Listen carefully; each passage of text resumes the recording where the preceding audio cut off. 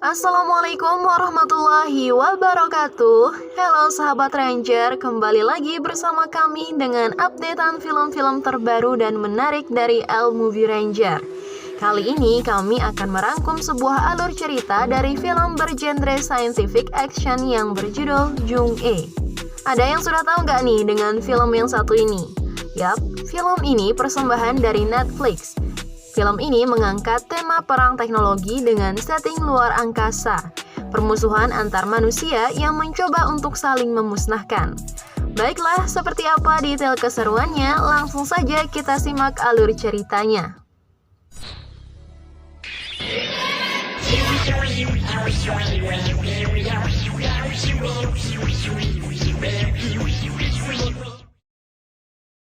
Di awal scene, kita diperlihatkan seorang wanita tangguh yang berhasil selamat dari serangan, lalu melumpuhkan beberapa pasukan robot milik musuh. Dia adalah Kapten Young Jung-ye. Tiba-tiba, sebuah robot khusus berteknologi tinggi datang menyerangnya. Robot itu dikenal dengan Zimbo Adrian. Saat Kapten Yoon hampir berhasil mengalahkan Zimbo Adrian, sebuah serangan telak seketika menghancurkan jemarinya. Dan hal tak terduga terjadi. Kapten Yoon ternyata adalah sebuah robot uji coba yang sedang dilatih dalam sebuah lab. Beberapa ilmuwan yang bertanggung jawab atasnya tampak mengambil hasil pemetaan otak dari robot tersebut.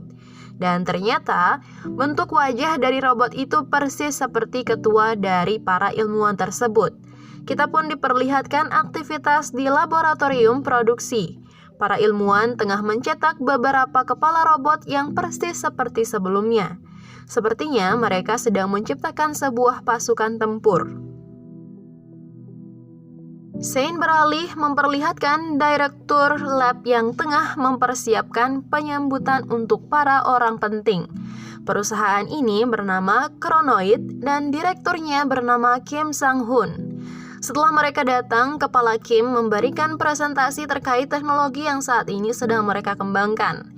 Dari sini kita akhirnya tahu bahwa Kapten Yoon adalah seorang prajurit bayaran hebat di masa lalu yang berhasil menyudutkan pasukan Adrian, yaitu penghuni dari penampungan 8, 12, dan 13 yang mendeklarasikan diri sebagai Republik Adrian, lalu memulai peperangan dengan sekutu. Selama Kapten Yoon memimpin pasukan, dia selalu berhasil menyelesaikan misi dengan baik. Akan tetapi, dalam sebuah misi terakhir, dia gagal dan menderita koma. Melalui kemampuan teknologi, para ilmuwan berupaya mengambil rekam otak dari Kapten Yoon dan menciptakan pasukan robot berdasarkan data tersebut. Di sini kita juga diberitahukan bahwa ketua peneliti dengan wajah seperti Kapten Yoon sebelumnya adalah anak dari Kapten Yoon, dan dia bernama Dr. Yoon Soo-yoon. Dialah yang akan menjadi penanggung jawab proyek tersebut.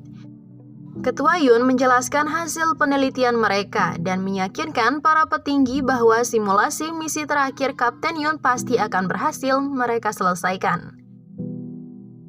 Selanjutnya kita diperlihatkan Ketua Yoon yang mencoba melakukan wawancara pada robot nomor 17 dari Kapten Yoon. Akan tetapi wawancara itu tidak berjalan lancar.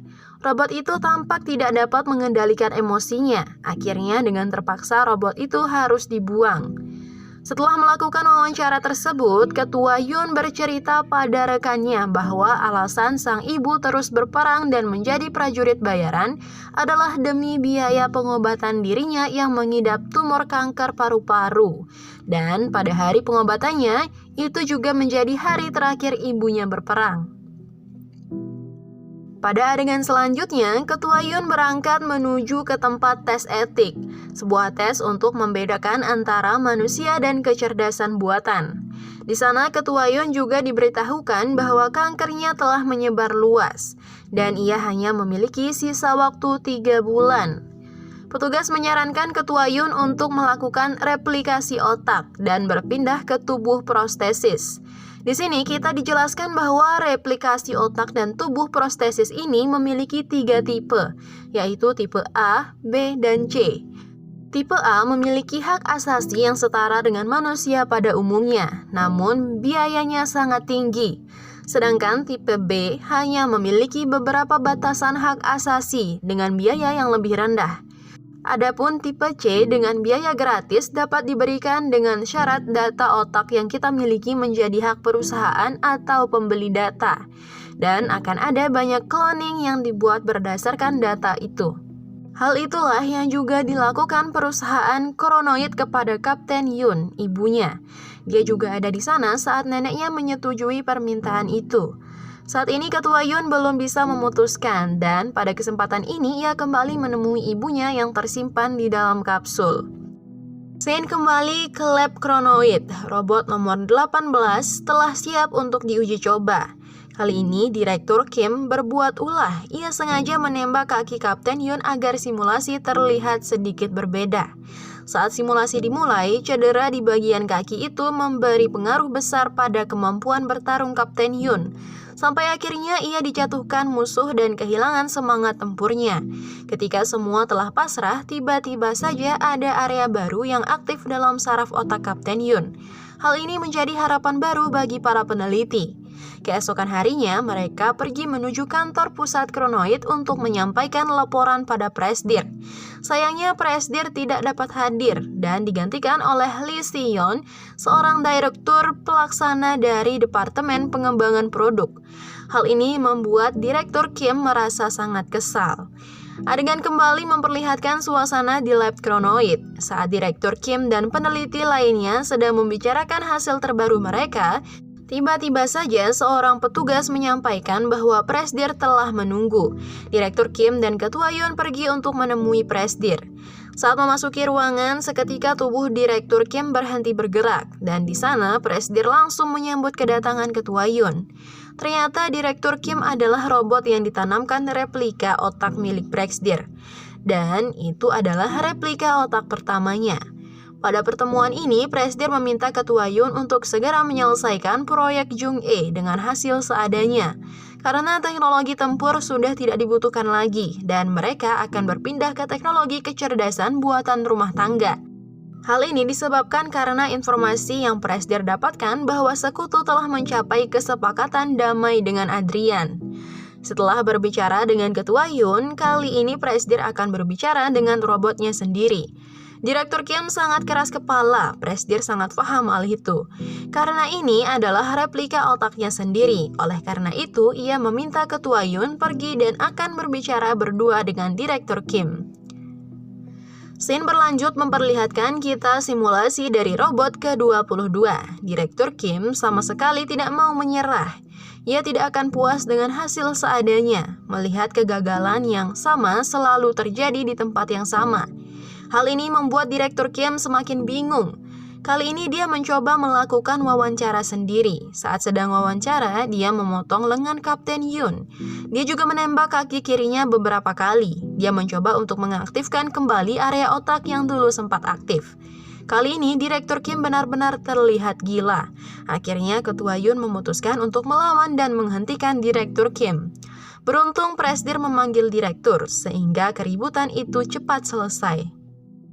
Ketua Yun memutuskan untuk mengakhiri proyek ini. Ia meminta semua rekannya untuk mengirim data yang telah mereka peroleh kepadanya dan menghapus sisanya. Tampaknya Ketua Yun ingin menyelesaikan proyek ini sendirian tanpa ada campur tangan dari siapapun.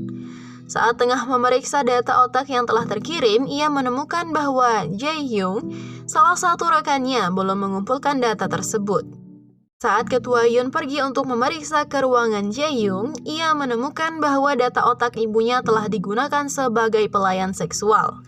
Ketua Yun sangat marah, namun ia tidak dapat berbuat apa-apa karena replika otak milik ibunya adalah tipe C yang dapat dipergunakan untuk kepentingan apapun. Scene beralih ke ruang wawancara. Kita diperlihatkan Ketua Yun yang hendak mengaktifkan kembali robot ibunya.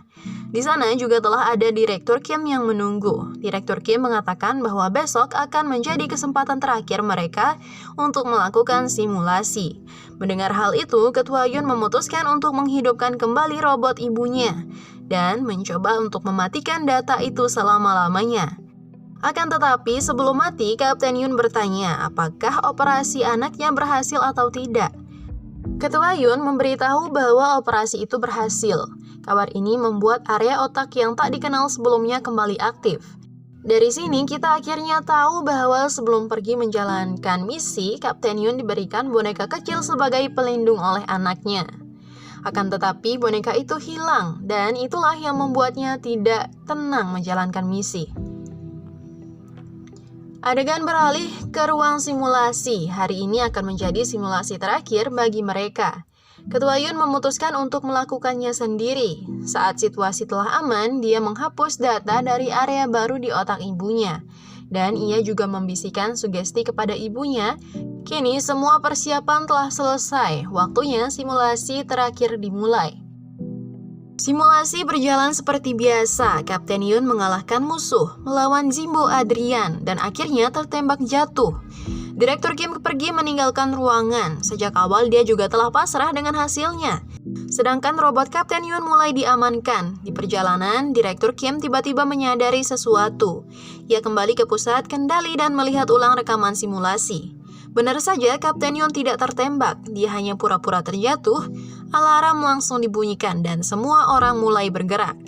Ketua Yun pergi untuk menghapus data asli dari ibunya, sedangkan Kapten Yun yang sedang mencoba kabur malah sampai ke lokasi robot cloningannya berada. Di sana ia harus bertempur dengan 3 buah robot yang telah ditanamkan replikasi otaknya sendiri. Kapten Yun tampak kewalahan menghadapi ketiga robot tersebut. Sementara itu, polisi juga telah tiba di lokasi untuk menangkapnya. Saat Kapten Yun telah hampir kalah, Ketua Yun datang untuk membantunya. Tepat saat polisi berhasil masuk ke lokasi mereka, Ketua Yun dan Kapten Yun berhasil kabur dengan rencana yang matang. Ketua Yun memindahkan otak Kapten Yun ke dalam robot yang lain untuk mengelabui polisi, sehingga mereka dapat kabur. Dengan menggunakan kereta, mereka pergi meninggalkan lab. Tak disangka, Direktur Kim telah menunggu mereka di dalam kereta. Direktur Kim mengancam Kapten Yun untuk menembak anaknya, yaitu Ketua Yun. Akan tetapi, Ketua Yun telah menghapus semua ingatan Kapten Yun tentang anaknya.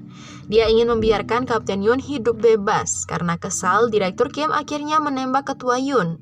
Melihat hal itu, Kapten Yun langsung menyerang Direktur Kim. Dari sini, akhirnya Direktur Kim tahu bahwa dia hanyalah robot dari replikasi otak Presdir.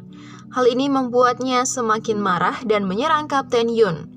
Pertarungan sengit terjadi antara Kapten Yun dan Direktur Kim. Tiba-tiba saja pasukan polisi juga datang dan ikut serta dalam pertarungan di dalam kereta tersebut. Kapten Yun dikepung oleh mereka semua, namun akhirnya Kapten Yun mampu untuk menumbangkan semua musuhnya. Saat situasi telah terasa aman, Ketua Yun meminta ibunya untuk pergi sejauh mungkin dan hidup dengan bebas. Lalu film pun tamat. Dan itulah persembahan dari Elmovie Ranger. Semoga kalian suka ya. Dan wassalamualaikum warahmatullahi wabarakatuh.